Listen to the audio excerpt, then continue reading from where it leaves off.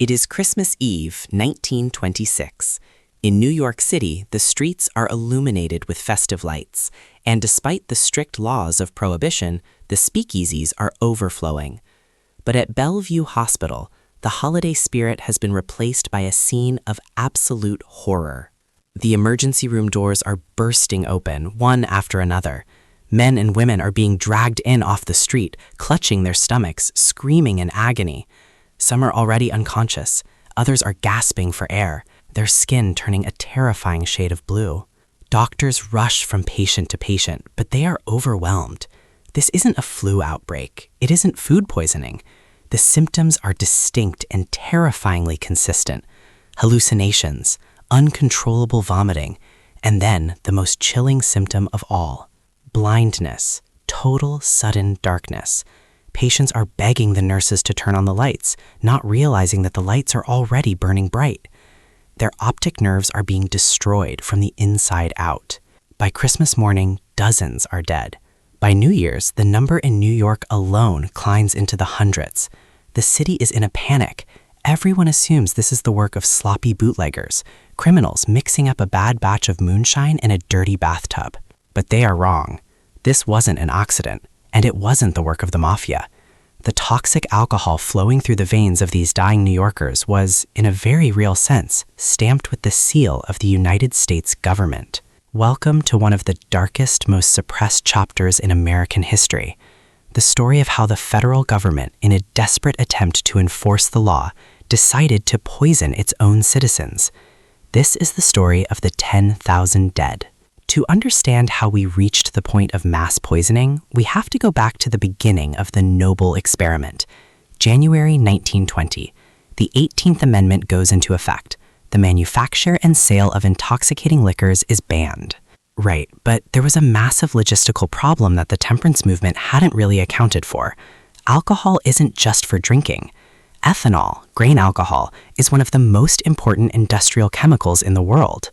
Exactly. You need alcohol to make paint, varnish, fuel, medical supplies, cleaning products, and even felt hats.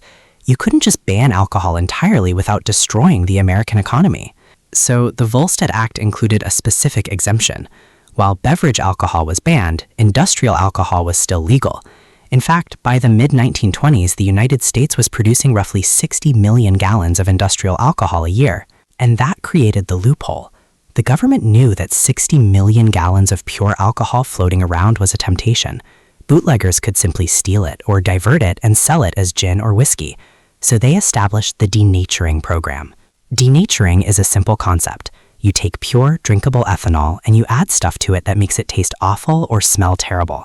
The idea was to make it so repulsive that no one would ever dream of drinking it. In the early years, the additives were relatively harmless but disgusting. Things like soap, grease, or emmetine, which induces vomiting. The logic was, if you try to drink this, you'll get sick, you'll spit it out, and you won't do it again. But the bootleggers were smart. They hired their own chemists. They realized that with a little bit of distillation, heating the liquid and capturing the vapor, they could separate the alcohol from the soap and the grease. It became a game of cat and mouse.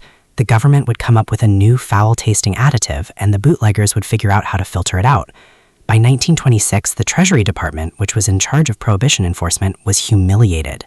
It's estimated that nearly 60 million gallons of industrial alcohol were stolen annually to be renatured and sold as booze.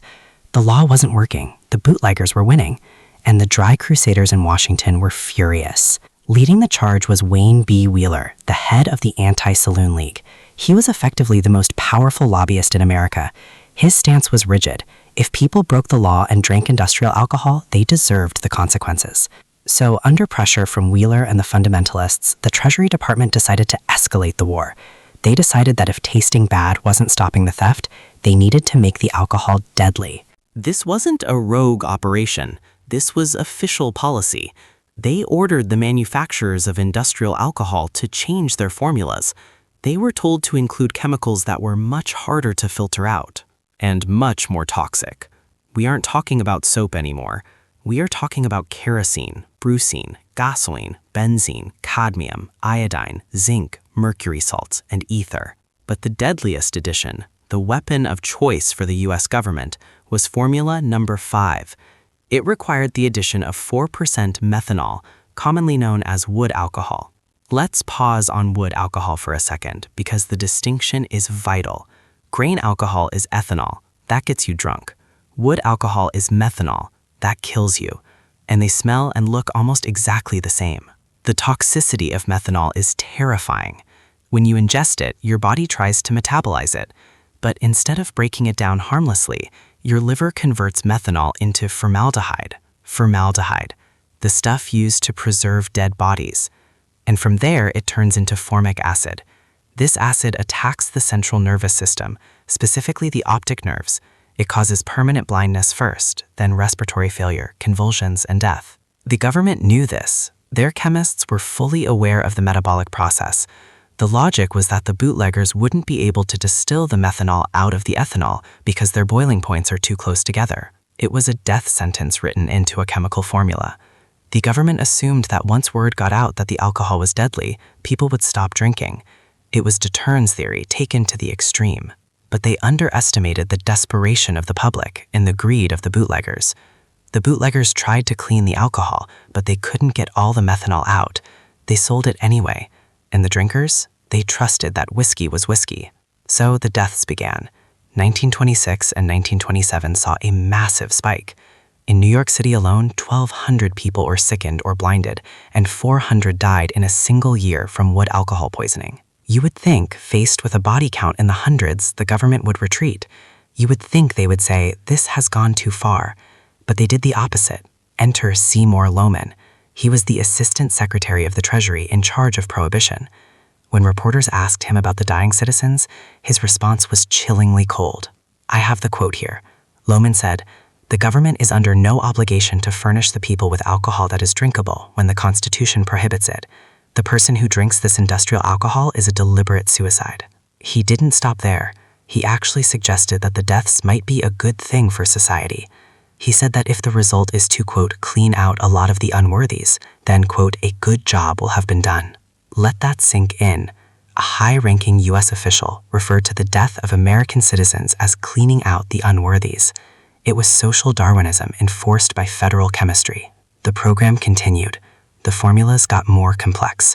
They doubled the amount of wood alcohol. They added pyridine, which smells like rotting fish, hoping the smell would stop people.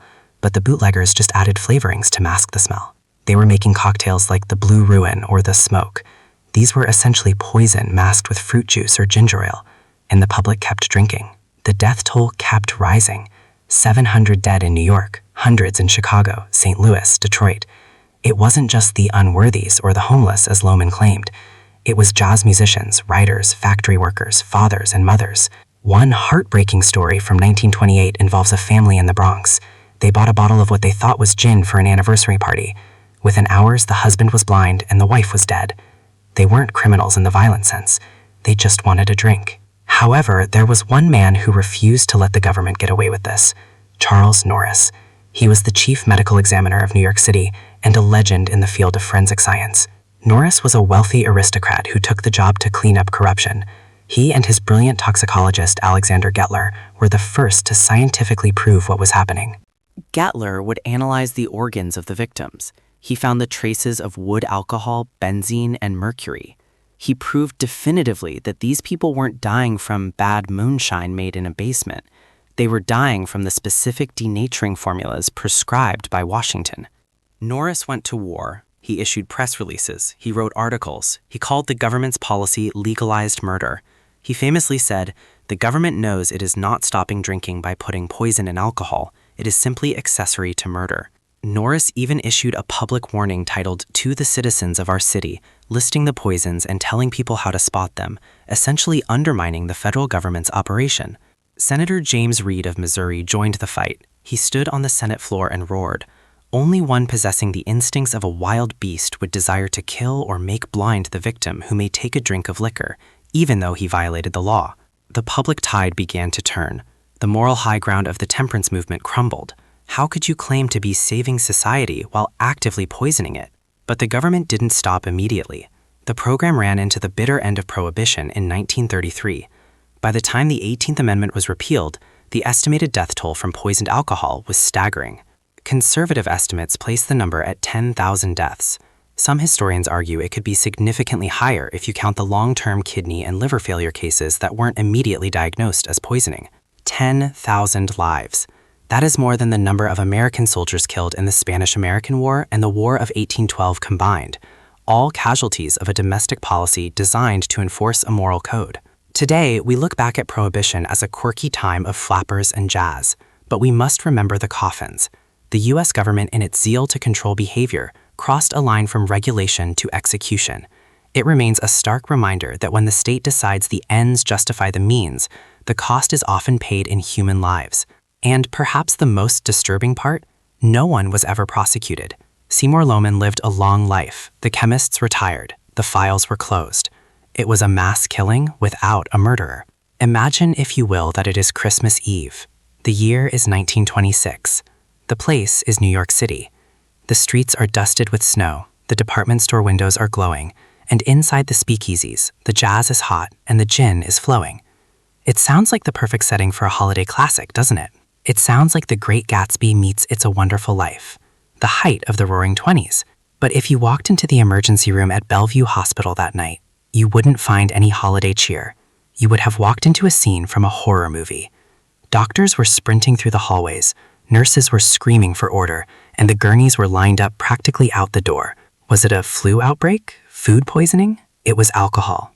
But not just alcohol poisoning in the way we think of it today, where someone has one too many shots. Men and women were arriving hallucinating, clutching their stomachs in agony, and most terrified of all, screaming that they were going blind. By the time Christmas morning broke over the city, dozens were dead. And the terrifying part? The government knew this was going to happen, because they were the ones who did it. Exactly. Welcome to one of the darkest, most suppressed chapters in American history. We are talking about the time the United States government decided that the best way to enforce the law was to poison its own citizens. This isn't a conspiracy theory found on a dark web forum. This is historical fact. Over 10,000 people died, and today we are going to tell you exactly how and why it happened. I think the number 10,000 is what really stops people in their tracks. We aren't talking about accidental negligence. We aren't talking about a bad batch of moonshine made in a bathtub by some amateur. We are talking about a federal program. To understand how we got to mass death in 1926, we have to rewind a bit to the start of Prohibition in 1920. When the 18th Amendment went into effect, it banned the manufacture and sale of intoxicating liquors. But there was a massive loophole, or rather a logistical problem that the government had to solve. Right, because alcohol isn't just for drinking, it's a chemical. It's used in paints, solvents, fuels, medical supplies, cleaning products. You can't just ban alcohol entirely without shutting down American industry. Precisely. So the government allowed the production of what is called industrial alcohol. This is ethanol, the same stuff that gets you drunk, but it was earmarked for factories, not for drinking. Millions of gallons of it were still being produced legally. And naturally, the bootleggers looked at those millions of gallons of industrial alcohol and saw a gold mine. They did. The bootlegging syndicates, led by figures like Al Capone and organized crime families in New York and Chicago, realized it was much cheaper to steal or divert industrial alcohol than it was to smuggle scotch in from Canada or rum in from the Caribbean. But the government wasn't stupid. They knew this would happen, so they had a system in place called denaturing. Denaturing is the key word here. The Treasury Department, which was in charge of enforcing Prohibition, required manufacturers to add certain chemicals to industrial alcohol to make it undrinkable. In the early years, say 1920 to 1923, these additives were fairly mild. They added things like soap, grease, or specialized bittering agents. The idea was simply make it taste revolting. If it tastes like soap, nobody will drink it. That was the theory. But there was a problem. The bootleggers hired their own chemists. These weren't just thugs with Tommy guns, they had payroll scientists. These chemists figured out that they could renature the alcohol. They could distill it, filter it, and remove the soap and the grease, turning it back into drinkable pure alcohol. So it became an arms race, a chemistry war. The government makes the alcohol taste bad, the bootleggers clean it up, sell it, and people get drunk. And this infuriated the Dries, the supporters of Prohibition. You have to understand the mindset of the Anti-Saloon League and the federal enforcers at the time. They were moral crusaders. To them, drinking wasn't just a bad habit, it was a sin, a plague that was destroying America. And the fact that people were still drinking despite the law drove them absolutely mad. So they decided to escalate. They decided that if they couldn't make the alcohol taste bad enough to stop people, they would make it deadly enough to stop them. Around the mid-1920s, specifically ramping up in 1926, the Treasury Department ordered a change in the formulas used to denature alcohol. They specifically ordered the inclusion of poisons that were difficult or impossible to distill out. What kind of poisons are we talking about? We are talking about kerosene, brucine, gasoline, benzene, cadmium, iodine, zinc, mercury salts, nicotine, ether, formaldehyde, and chloroform. My God, that reads like a shopping list for a chemical weapon, not something that could potentially end up in a beverage. But the big one, the most common and most lethal addition, was methyl alcohol, also known as wood alcohol or methanol. Can you explain the difference between the alcohol we drink and wood alcohol? Because they sound similar. Ethanol is grain alcohol. That gets you drunk. Methanol is wood alcohol. It is a solvent. When you ingest methanol, your body metabolizes it differently. Your liver breaks it down into formaldehyde and then into formic acid. Formic acid, that's the same stuff found in ant venom, right? Yes. It attacks the optic nerve first, causing permanent blindness, and then it shuts down the respiratory system.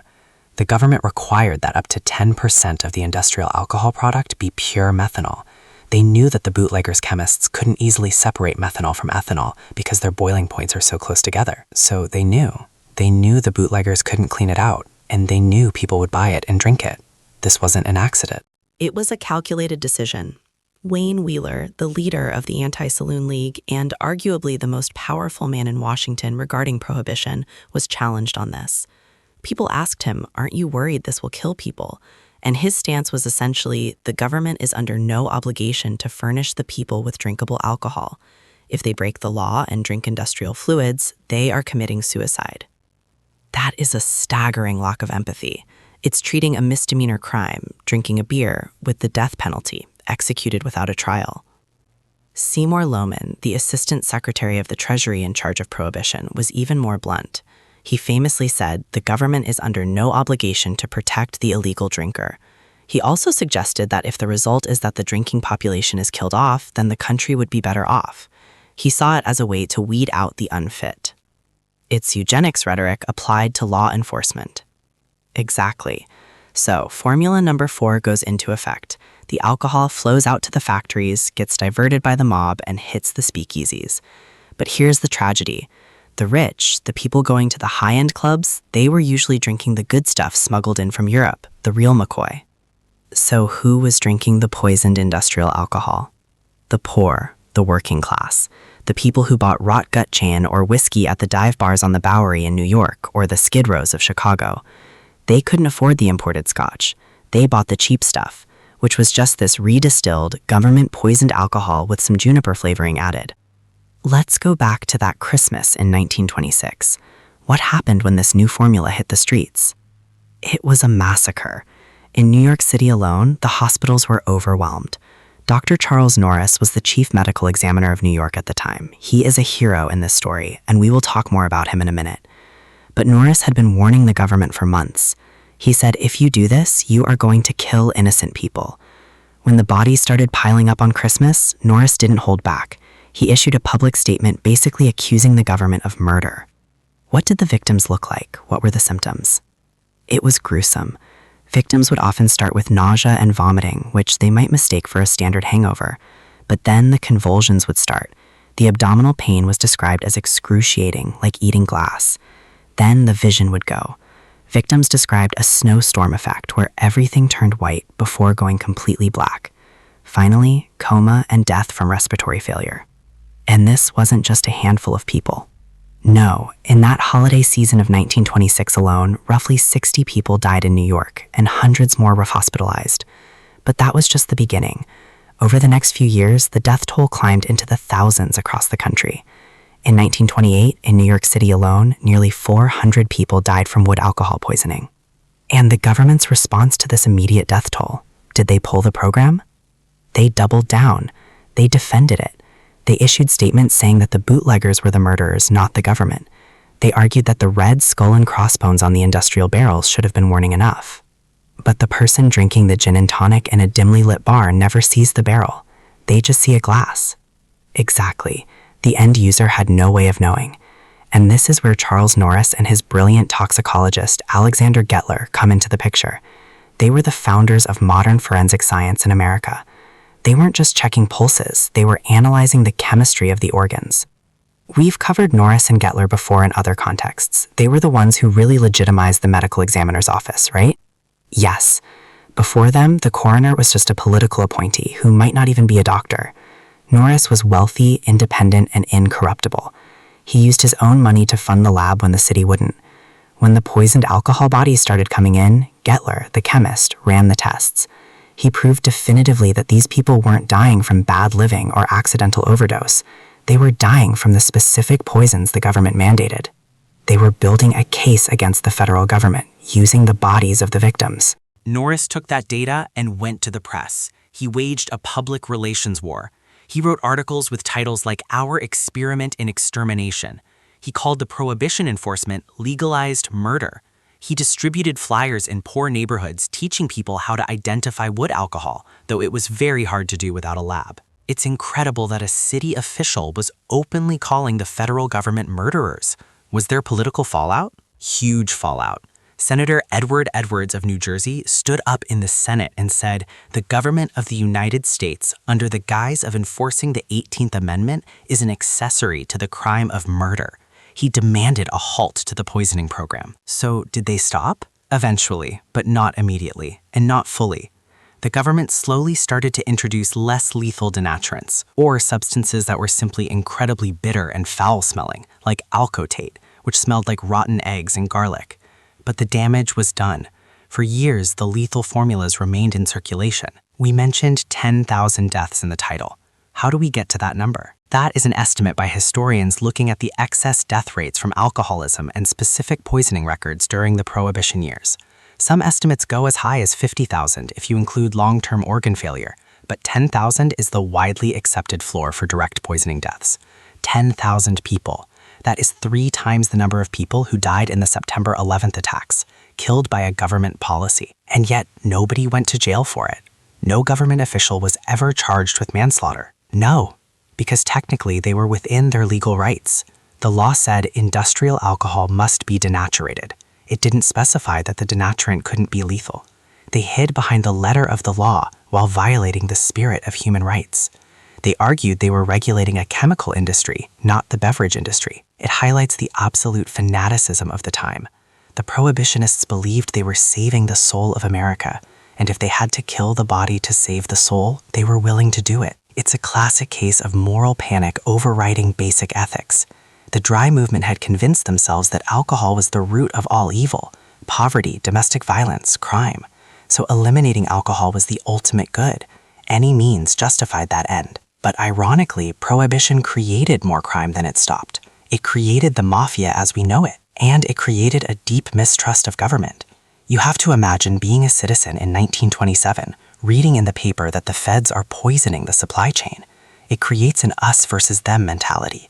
It's actually one of the reasons the bootleggers were often seen as folk heroes. Al Capone ran soup kitchens. The government ran poison factories. That's a powerful image. The gangster feeding the poor, while the government poisons their drink. Let's look at a specific story from the archives to make this real. There was a case in 1928 involving a family in the Midwest. A father bought a pint of what he thought was whiskey for a New Year's Eve toast. He shared it with his wife and his 19-year-old son. The father went blind within 6 hours. The son went into convulsions and died on the way to the hospital. The wife survived but suffered permanent kidney damage. The man who sold it to them was a neighbor, just trying to make a few extra bucks. He didn't know it was poison either. That's the tragedy. It wasn't criminals dying in a shootout. It was families. By 1933, the public had had enough. The Great Depression was in full swing.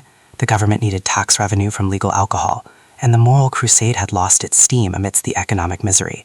The 21st Amendment was ratified, ending Prohibition, and the poison program ended with it. Yes, once alcohol was legal again, the regulated, safe production resumed. The black market for industrial alcohol evaporated overnight because nobody wants to drink renatured paint thinner when they can buy a legal bottle of Budweiser or Jack Daniels. But the history of it just vanished. It was largely swept under the rug. The government certainly didn't want to memorialize it. The history books focus on the floppers, the jazz, the Tommy guns, and the stock market crash. The poisoning program is often treated as a footnote, or people assume the stories of blindness were urban legends. But they were real.